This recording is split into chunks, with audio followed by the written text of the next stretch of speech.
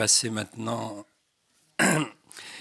à l'intervention des rapporteurs de commission. Donc, Monsieur Régis Juanico, rapporteur spécial de la Commission des finances, pour 5 minutes.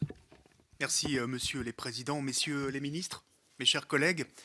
Le 4e budget de la législature affiche clairement la priorité donnée en faveur de la mission sport, jeunesse et vie associative, dont les crédits budgétaires augmentent de 37% pour 2016, une nette hausse après 2 années de stabilité. Les crédits complets de la mission atteignent ainsi 1 milliard et 113 millions d'euros. Au sein de la mission, le budget dédié au sport sera en augmentation de près de 3% pour s'établir à 230,5 millions d'euros. À ces crédits, il convient d'ajouter les recettes affectées au Centre national pour le développement du sport pour un montant net de 254 millions d'euros. Il est intéressant de souligner que le plafonnement des recettes du CNDS, issues des prélèvements de la Française des Jeux, rapportera près de 100 millions d'euros à l'État en 2016, contre seulement 6,4 millions d'euros en 2012. L'effort budgétaire sur les dépenses de l'établissement sera de 8 millions d'euros en 2016, au lieu des 16 millions initialement programmés par le triennal. Dans ce cadre, l'emploi sportif qualifié doit rester la priorité d'intervention de l'établissement, avec près de 40 millions d'euros mobilisés et 5 000 emplois financés. De même que la part dédiée aux équipements sportifs et aux grands événements sportifs internationaux.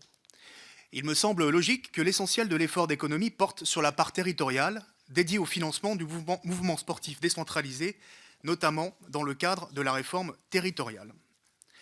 Dans le domaine du sport pour tous, je me réjouis de la poursuite à hauteur de 11,6 millions d'euros du plan citoyen du sport, dont nous avons pu constater la montée en puissance sur le terrain avec Monsieur le ministre Thierry Braillard, jeudi dernier à Saint-Étienne.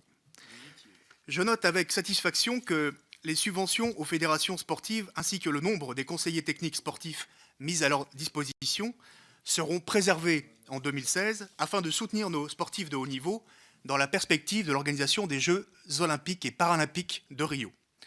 Je souhaite néanmoins attirer votre attention sur quelques points de vigilance en cette année olympique.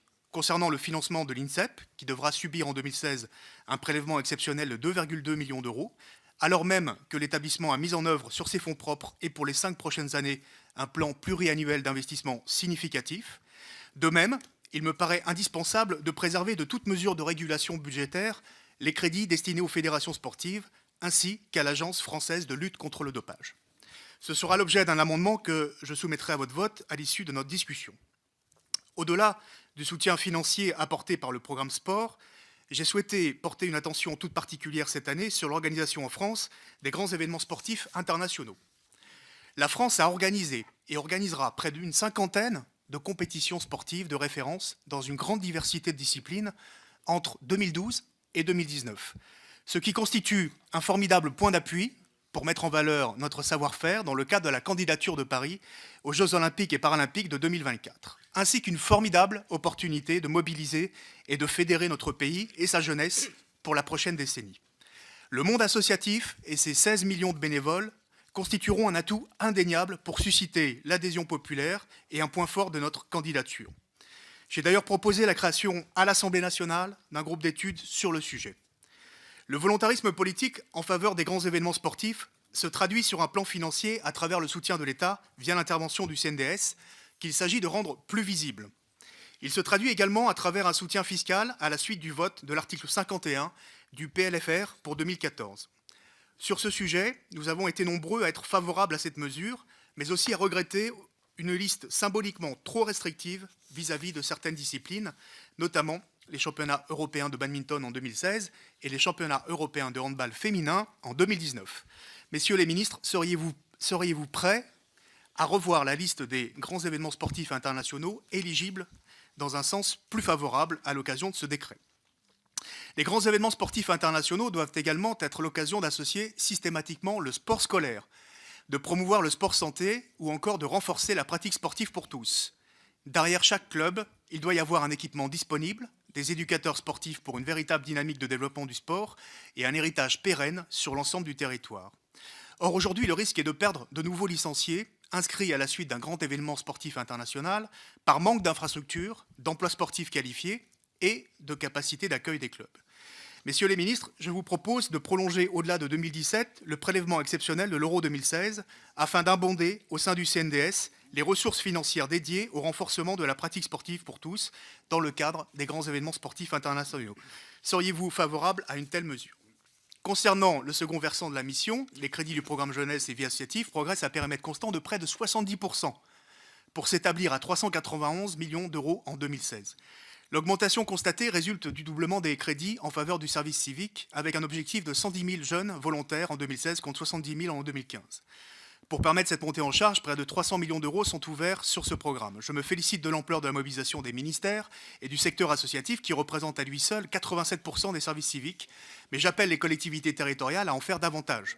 J'aurai l'occasion de soutenir un dernier amendement pour maintenir intégralement les crédits versés au FONGEP, qui permettent aujourd'hui de soutenir près de 3 700 emplois associatifs sur les territoires dans un contexte de désengagement de certaines collectivités locales de ce dispositif. Au-delà des crédits du programme 163, c'est près de 20 missions et 45 programmes qui se mobilisent en faveur de la jeunesse pour un total de 84,8 milliards d'euros, soit une augmentation de près de 13% depuis le début du quinquennat. Enfin, je souhaite évoquer la dépense totale de l'État en faveur de la vie associative. D'une part, les 30 000 subventions directes de fonctionnement mentionnées dans le jaune budgétaire 2015, qui s'élèvent à plus de 2 milliards d'euros. Et d'autre part, les dépenses fiscales, essentiellement les réductions d'impôts pour dons au titre de l'impôt sur le revenu et de l'impôt sur les sociétés pour près de 2,5 milliards d'euros, auxquels il faut ajouter la franchise de TVA pour 136 millions d'euros et l'abattement de taxes sur les salaires pour les associations, 300 millions d'euros. Au total, c'est un effort de soutien de l'État à la vie associative de près de 5 milliards d'euros pour l'année 2016. Aussi, compte tenu des multiples avancées prévues dans ce budget, je vous appellerai, mes chers collègues, à approuver les crédits de la mission sport, jeunesse et vie associative pour 2016. Merci, Monsieur Juanico. La parole est à